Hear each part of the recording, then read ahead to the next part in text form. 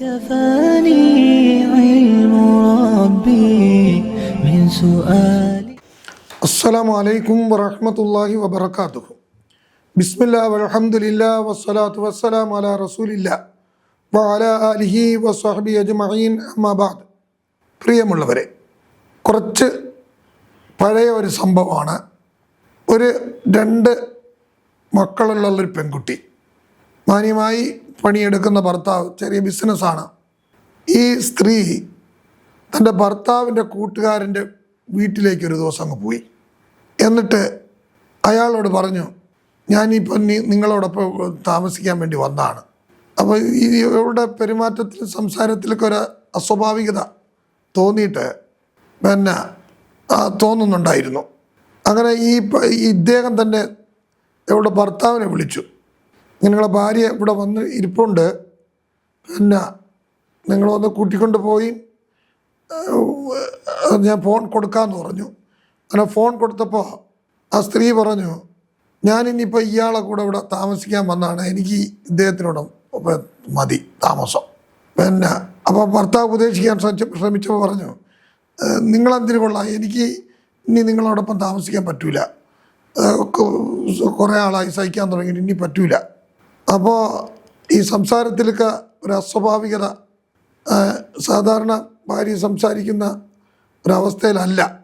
അപ്പോൾ ഏതായാലും ഈ പെൺകുട്ടിയുടെ മാതാപിതാക്കളെ വിളിച്ചു.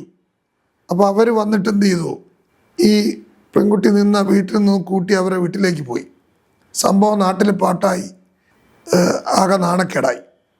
അപ്പോൾ ഈ പെണ്ണ് ഈ കൂട്ടുകാരൻ്റെ കൂടെ അങ്ങ് പോയി എന്നൊക്കെ ജനങ്ങൾ സംസാരമായി. പയ്യൻ്റെ ബന്ധുക്കൾ ഇനി അവളെ കൂട്ടണ്ട, അവളെ അങ്ങനെ പോയല്ലേ വേണ്ട എന്നൊക്കെ ഉള്ളൊരവസ്ഥയിൽ. അപ്പോൾ അദ്ദേഹത്തിൻ്റെ സുഹൃത്ത്, നമുക്ക് അവളെ ഒന്ന് മന്ത്രിപ്പിക്കാം, വേറെന്തോ പ്രശ്നമുണ്ടെന്ന് മന്ത്രിപ്പിക്കാം എന്ന അഭിപ്രായത്തിലായി.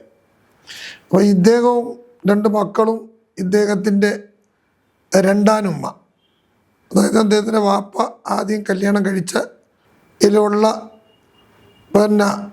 മകനാണിത്. അപ്പോൾ ആ യഥാർത്ഥ ഉമ്മ മരണപ്പെട്ടു പോയി. അതിനുശേഷം വിവാഹം ചെയ്ത ഉമ്മയാണ് കൂടെ ഉള്ളത്. ഈ മോനെ വളരെ സ്നേഹത്തോടു കൂടി തന്നെ വളർത്തിയത്, തൻ്റെ മോനെ പോലെ തന്നെ കാണുന്നത്. അങ്ങനെ ആ ഉമ്മയും 2 മക്കളും ഇദ്ദേഹമാണ് വീട്ടിലുള്ളത്. അപ്പോൾ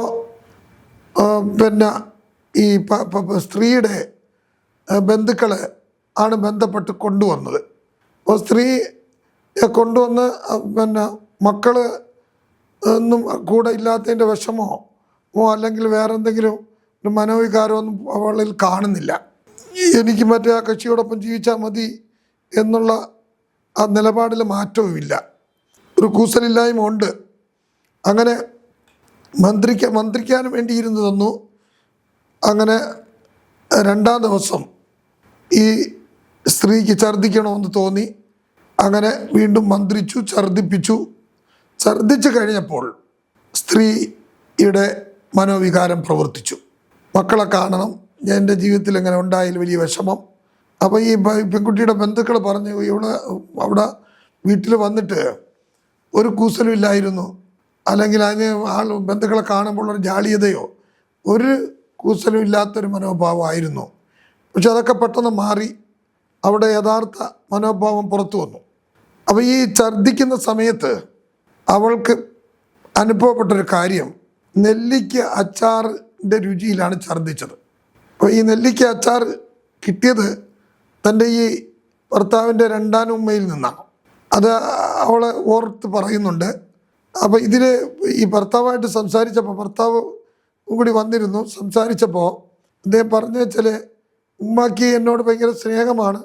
പലപ്പോഴും അവരുടെ പരാതി എന്ന് വെച്ചാൽ ഭാര്യയുടെ സ്നേഹത്തിൽ ആയി പോകുമെന്നുള്ള ഒരു അങ്കലാപ്പ് അവർക്കുണ്ട്. അങ്ങനെ വല്ലതും സംഭവിച്ചാണോ എന്നറിയില്ല. അപ്പോൾ അങ്ങനെ ഒരു ചില സംശയങ്ങൾക്കൊക്കെ ഇട വന്നിട്ടുണ്ട്. ഏതായാലും ഞാൻ ആ സംഭവം അത്ര കൃത്യമായി ഓർക്കുന്നില്ല.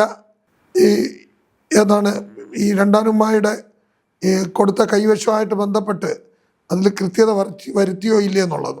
ഏതായാലും അവൾ നെല്ലിക്ക അച്ചാറിൻ്റെ രുചിയിലാണ് അന്ന് ഛർദ്ദിച്ചത്.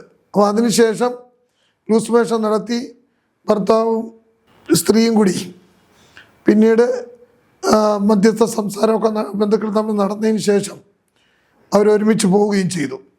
ഇവിടെ പ്രിയമുള്ളവരെ, നമ്മൾ ഇത്തരം സംഭവങ്ങളിൽ നമ്മൾ മനസ്സിലാക്കേണ്ട മറ്റൊരു വശം, ഏതെങ്കിലും നിലയ്ക്ക് സിഹറുകൾ ബാധിച്ചിട്ടുള്ള ആളുകൾ, കൈവശം ഉള്ളിൽ പോയിട്ടുള്ള ആളുകൾ, അവരുടെ ജീവിതത്തിൽ മറ്റേതെങ്കിലും ചില സന്ദർഭത്തിൽ അവരുടെ ജീവിതത്തിൻ്റെ ഗതി തന്നെ മാറിപ്പോകുന്ന വിധത്തിൽ ഉള്ള പൈശാചിക പ്രവർത്തനങ്ങൾ, അതൊരു പക്ഷേ ജീവിതത്തിൽ അമലുകളും ദിക്റുകളും കുറയുന്ന സമയം, അല്ലെങ്കിൽ പാപങ്ങൾ കൂടുന്ന സമയം ശൈത്താൻ പ്രവർത്തിക്കുകയും ജീവിതത്തെ തകർത്ത് കളയുകയും ചെയ്യും എന്നുള്ളൊരു പാഠം ഇതിൽ നമുക്ക് മനസ്സിലാവുന്നുണ്ട്.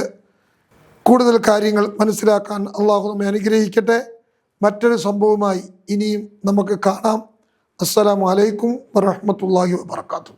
كفاني علم ربي من سؤال